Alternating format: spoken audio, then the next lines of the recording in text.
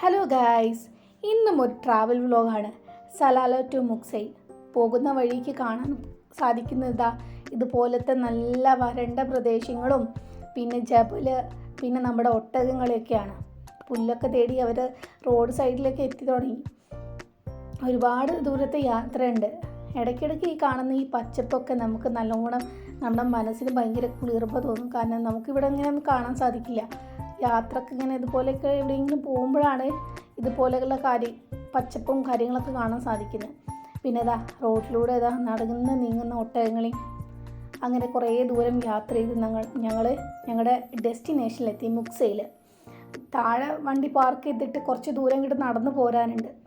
ഒരു 10-20 മിനിറ്റ് കുറച്ചും കൂടി നടന്ന് വന്നാലേ ഇത് കാണാൻ കഴിയുള്ളൂ.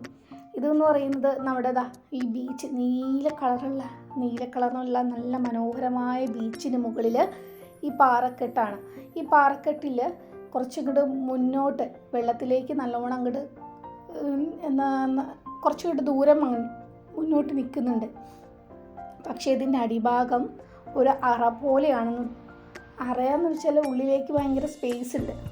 അപ്പോൾ ഈ സ്പേസിലുള്ള സമയത്ത് ഈ വെള്ളം നല്ല പ്രഷറിൽ വരുന്ന സമയത്ത്, തിരമാലകൾ നല്ല പ്രഷറിൽ വരുന്ന സമയത്ത് ഈ കമ്പി പോലെ കെട്ടിയിട്ടില്ലേ ഈ ഹോള്, ആ ഹോളിൻ്റെ ഉള്ളിൽ കൂടെ നമുക്ക് പ്രഷറിൽ ഇങ്ങനെ വെള്ളം തിരമാല അടിക്കുന്ന സമയത്ത് ഈ വെള്ളം പുറത്തേക്ക് സ്പ്രേ പോലെ ഇങ്ങനെ പൊങ്ങിയിട്ടേ വരും.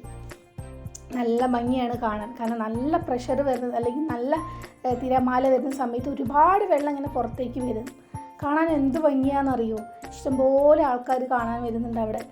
നല്ല ഭംഗിയാണ്. നല്ല കൊട്ട വെയിലാണ്, ഭയങ്കര വെയിലാണ്. പക്ഷേ ഈ വെയിൽ നമ്മുടെ ഈ കാറ്റടിക്കുന്നതുകൊണ്ട് നമുക്ക് ഈ വെയിലോ അല്ലെങ്കിൽ ആ ഒരു ചൂടോ ഒന്നും അനുഭവപ്പെടുന്നില്ല. തണുത്ത കാറ്റ്, ഈ വെള്ളം പുറത്തേക്ക് വരുന്ന സമയത്ത് ഭയങ്കര തണുത്ത കാറ്റാണ്. കാരണം അതിൻ്റെ ആ വെള്ളത്തുള്ളികളൊക്കെ ഇങ്ങനെ കാറ്റിലൂടെ വരുന്ന സമയത്ത് അതിൻ്റെ അടുത്ത് നിൽക്കുമ്പോൾ ഭയങ്കര തണുപ്പാണെങ്കിൽ കൂടെ ഭയങ്കര ചൂടും ആണ്. നല്ല ഭംഗിയാണ് കാണാൻ. കുറച്ച് നേരമൊക്കെ അവിടെ നിന്നു. ഞങ്ങൾ ഒരുപാട് നേരം അവിടെ നിന്നു. കാരണം കണ്ടിട്ട് കൊതി തീരുന്നില്ല. നല്ല ഭംഗിയാണ്. കാരണം ഇതൊരു അത്ഭുതമായിട്ടുള്ളൊരു കാഴ്ചയല്ലേ. കാരണം കുറച്ച് പോഷൻ എന്ന് വെച്ചാൽ പാറക്കെട്ടുകൾ കുറച്ച് കടലിലേക്ക് ഇറങ്ങി നിൽക്കുക, അതിൻ്റെ ഉള്ളിൽ ഇങ്ങനെ ഒരു അറ പോലെ, അവിടെ നിന്ന് ഇങ്ങനെ തിരമാല അടിക്കുന്നതിനനുസരിച്ച് പുറത്തേക്ക് വെള്ളം സ്പ്രെഡ് ചെയ്യുക എന്ന് പറയുന്നത്, ആ ഒരു കാഴ്ച എന്ന് പറയുന്നത് ഭയങ്കര മനോഹരമായിട്ടുള്ള കാഴ്ചയാണ്. കുറച്ച് നേരമൊക്കെ അവിടെ നിന്നിട്ട് ഈ ഒരു പ്രോസസ്സ് ഇങ്ങനെ കണ്ടുകൊണ്ടേയിരുന്നു. ഇഷ്ടംപോലെ കുറച്ച് ഗ്യാപ്പ് എടുത്തിട്ടാണ് അത് ഇങ്ങനെ വരുന്നത്. കാരണം വെള്ളത്തിൻ്റെ തിരമാല അടിക്കുന്നതിൻ്റെ പ്രഷറിനനുസരിച്ചാണ് ഇത് പുറത്തേക്ക് വരുന്നത്. അപ്പോൾ ഭയങ്കര സൗണ്ടാണ്.